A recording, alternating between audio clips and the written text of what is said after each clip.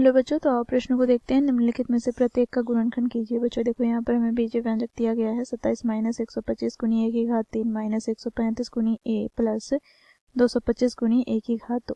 तो दिए गए प्रश्न की मुख्य अवधारणा की बात करें तो बच्चों देखो, यहाँ पर हम सर्वसमीका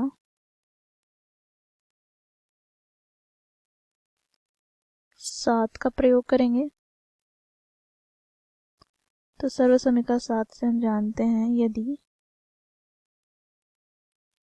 x माइनस वाई की होल घात 3, तो बच्चों इसका विस्तारित रूप अर्थात प्रसारित करने पर हमें क्या प्राप्त हो जाएगा, तो x की घात 3 माइनस वाई की घात 3 माइनस 3 गुनी x का स्क्वायर गुनी y प्लस 3 गुनी x गुनी y का स्क्वायर। तो इस मुख्य उदाहरण की सहायता से बच्चों हम दिए गए प्रश्न को हल करेंगे।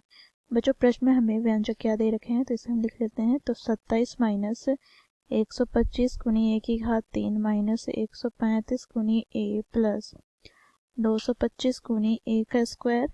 बच्चों देखो, यहाँ पर इसे हम सर्वसमीका 7 के रूप में लिखने का प्रयत्न करेंगे। तो यहाँ से बच्चों देखो, 27 को हम क्या लिख सकते हैं, तो 3 की घात 3, ठीक है, माइनस बच्चों देखो 125 को हम क्या लिख सकते हैं, तो 5 की घात 3। तो यहाँ से बच्चों 5 की घात 3 गुनी ए की घात 3 हमें क्या प्राप्त हो जाएगा, तो 5 गुनी ए की होल घात 3 माइनस बच्चों देखो 135 को हम क्या लिख सकते हैं, तो 3 गुनी 3 का स्क्वायर गुना 5a, ठीक है। अब प्लस का बच्चों देखो, यहाँ पर 225 ए स्क्वायर को क्या लिख सकते हैं, तो 3 गुनी 5 गुनी ए की होल घात 2। तो देखो 5 का स्क्वायर 25, 25 तिया 75, 75 तिया 225, ठीक है, और गुनी ए का स्क्वायर। अब बच्चों इसे हम आगे सरल करते हैं।